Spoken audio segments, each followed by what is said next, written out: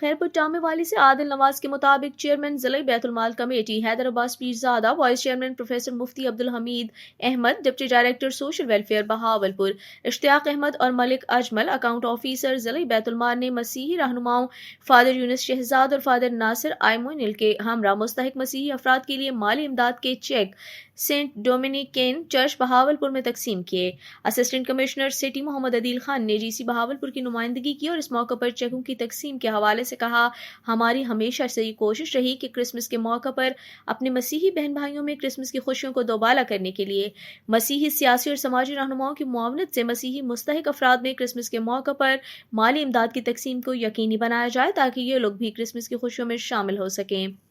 اس موقع پر انہوں نے کرسچن کمیونٹی کو کرسمس کی مبارکباد بھی دی۔ آخر میں موجود تمام مسیحی سیاسی اور سماجی شخصیات نے ضلعی گورنمنٹ اور محکمہ سوشل ویلفیئر اور چیئرمین، وائس چیئرمین بیت المال کمیٹی بہاولپور کی اس کاوش پر شکریہ ادا کیا۔